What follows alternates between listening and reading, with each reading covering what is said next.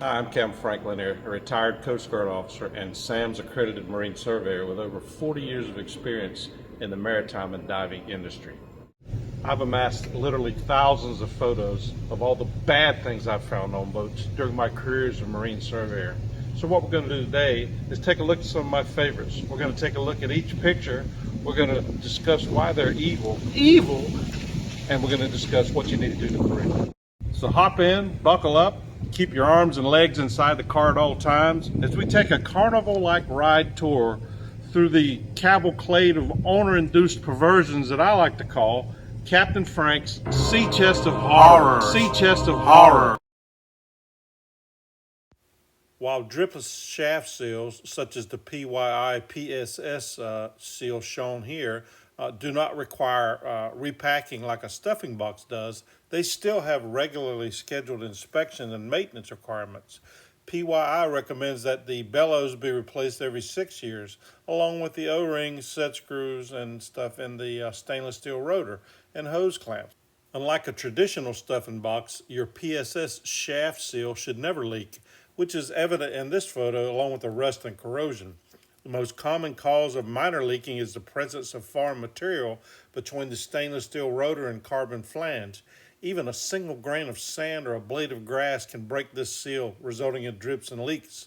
Additional problems shown here include corroded hose clamps, both at each end of the bellows and at the cooling water hose connection, which is plumbed to the engine raw water cooling system. The cooling water hose itself shows signs of age and deterioration, as shown in the red circle, and should also be inspected and replaced at regular intervals, such as when the bellows is replaced. So what you see here is the top of an aluminum fuel tank in a mid-sized open cockpit style center console fishing vessel.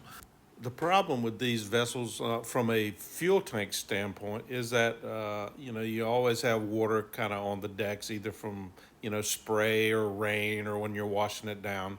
And if the openings or the deck access ports to the fuel tank are not properly sealed, in other words, the gaskets are missing or they're broke or deteriorated, then you have water leaking down onto the top of the fuel tank.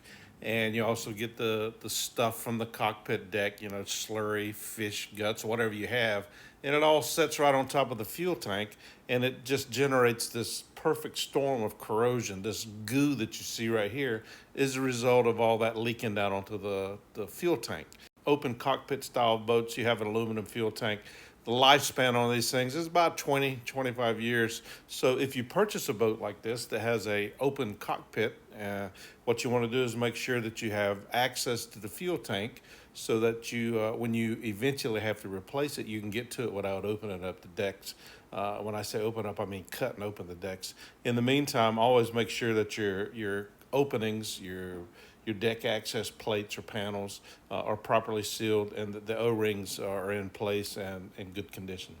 If your cockpit deck has removable panels or plates, these should also be periodically removed, maybe every 5 to 7 years, so that you can not only check the fuel tank, but you also can renew the caulking around the cockpit deck panel to ensure that it's not allowing water to leak onto the fuel tank.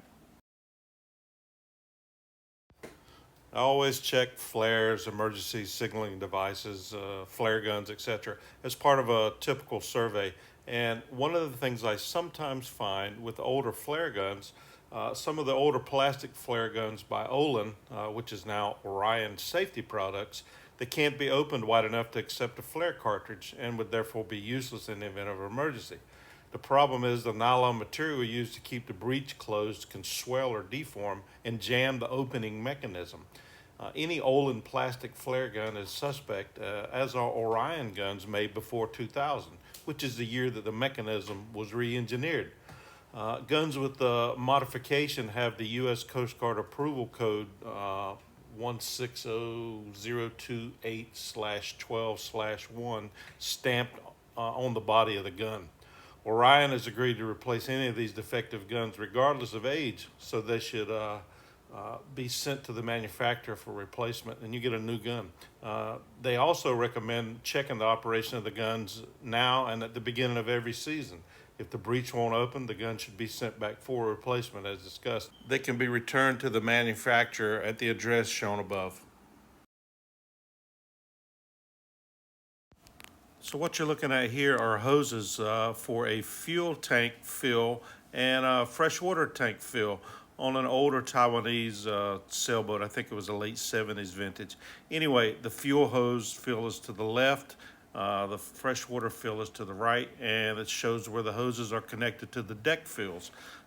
As you can see, these hoses are well past their service life. Their original hose is probably 30 plus years old, and the stainless steel hose clamps are badly corroded. You couldn't access these fills without removing the panel, which was glued down. And this is part of a subsequent item that following a survey that I did on the boat, a pre-purchase survey.